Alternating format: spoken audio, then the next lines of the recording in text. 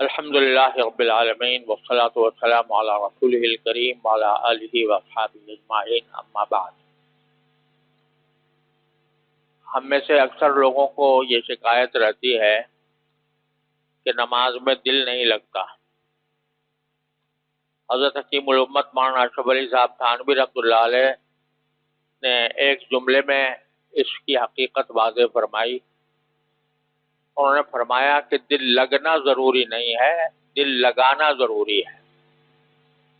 معنی اس کے یہ ہے کہ دل لگانے کی کوشش کرنا ضروری ہے۔ کوشش اگر کامیاب ہو جائے سبحان اللہ، کامیاب نہ ہو تو پھر انشاءاللہ انسان معذور ہے۔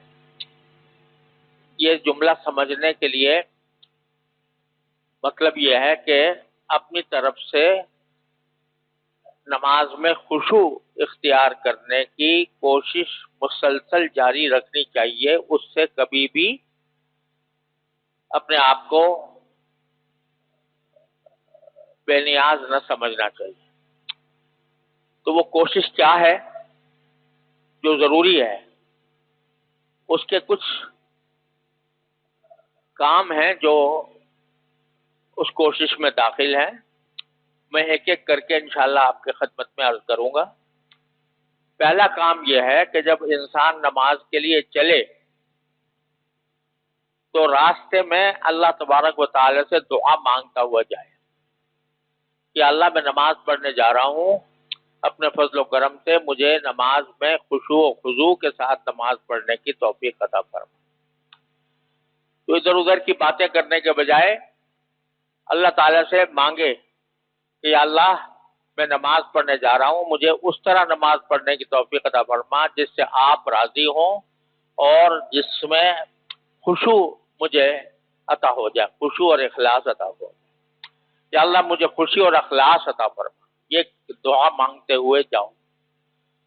پھر جب نماز کے لیے پہنچ گئے تو تکبیر سے پہلے یہ آیت پڑھو، انی وجہت وجہی للذی فطر السماوات والارض حنیفا وما انا من المشرکین۔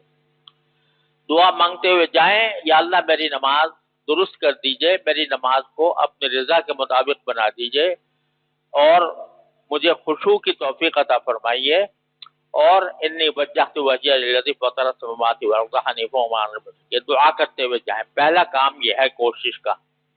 اگر پہلا کام ہی نہیں کیا اور تو کہ معنی ہے کہ کوشش شروع نہیں کی، جب کوشش شروع نہیں کی تو واجب بھی ادا نہ ہوا، اور اگر کوشش شروع کر دی پھر غیر اختیاری طور پر خیالات آ گئے تو انشاءاللہ وہ معاف ہوں گے۔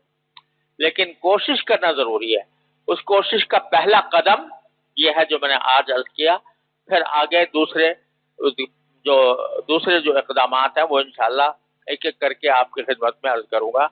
اس کا پہلے اہتمام کر لیں کہ جب بھی نماز پڑھیں، پڑھنے کے لیے کھڑے ہوں، پڑھنے کے لیے جا رہے ہوں تو اللہ تعالیٰ سے دعا مانگیں، یا اللہ مجھے نماز اپنی رضا کے مطابق پڑھنے کی توفیق عطا فرمائے۔ اللہ تعالیٰ مجھے آپ کو سب کو اس پر عمل کی توفیق عطا فرمائے۔